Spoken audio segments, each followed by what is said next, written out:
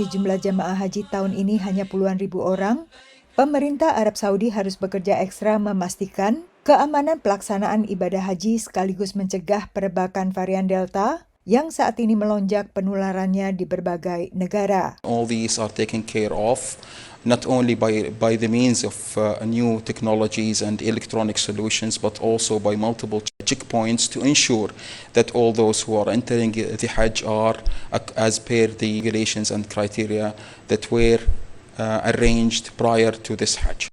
Sebagai salah satu jemaah haji, Konjen RI di Jeddah Eko Hartono memuji upaya maksimal pemerintah Saudi. Alhamdulillah mereka sudah banyak belajar dari penyelenggaraan haji tahun lalu. Dipermudah, dijaga dengan ketat, nggak ada karantina. Hanya memang itu cek aplikasi namanya Tawakalna yang menunjukkan bahwa kita memang sudah imun di situ. Lengkap semuanya, tes kesehatan, dan saya kira lebih tertib ini. Menurut Eko, dari 327 warga Indonesia yang melakukan ibadah haji tahun ini, 36 diantaranya adalah para diplomat dan keluarganya. Itu terutama perwakilan negara muslim ya, itu sama, semua dapat 5. Jadi kalau KJRI dapat 5 minimal ya, kemudian KBRI juga dapat 5 gitu. Dan ia berharap bisa menjadi contoh persiapan haji di Indonesia. Untuk penyelenggaraan haji tahun lalu, pemerintah Arab Saudi hanya membuka kesempatan bagi 1.000 jemaah dan itu pun diberikan secara gratis. Namun tahun ini kesempatan yang dibuka untuk puluhan ribu orang tidak lagi gratis. Masing-masing jemaah dikenakan biaya yang lebih mahal. Dengan pilihan sebelum pajak 12.000, 14.000 atau 16.000 real yang dalam rupiah sekitar 45 juta, 55 juta rupiah atau 60 juta rupiah. Haji normalnya kan kalau kita tinggal di Saudi ya, untuk yang ekspatriat atau yang udah beriqomah, maksudnya beriqomah itu yang udah punya ID-nya Saudi itu, normalnya itu mulai dari rentan 3.000 untuk yang termurahnya, 3.000 sampai 5.000, yang VIP-nya 7.000 ke atas. Ya, sebenarnya kalau dihitung kalkulasi emang naiknya berkali-kali lipat ya, bisa 5 kali lipat.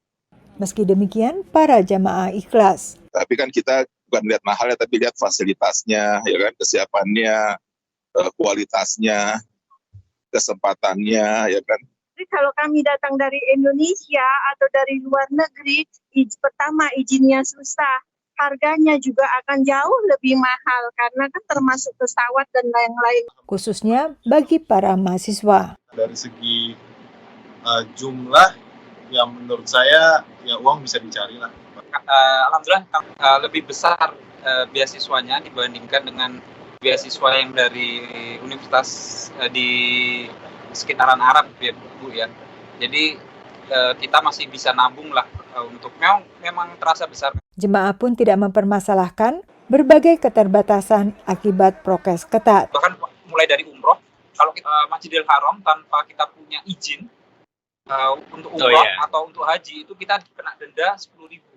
Jadi kalau kita ingin melaksanakan rukun-rukun ibadah haji itu harus bersamaan satu grup supaya bisa dijaga mungkin protokol kesehatannya oleh si pemimpinnya.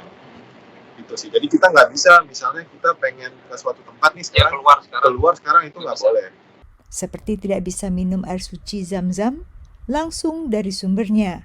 Iya, dikasih botolan. Sekarang botolan. Yang distribusinya menggunakan robot. Selain itu, pihak berwenang Saudi juga melarang jemaah menyentuh Ka'bah atau mencium Hajar Aswad. Demikian laporan Yuni Salim dan Karina Amkas, tim VOA.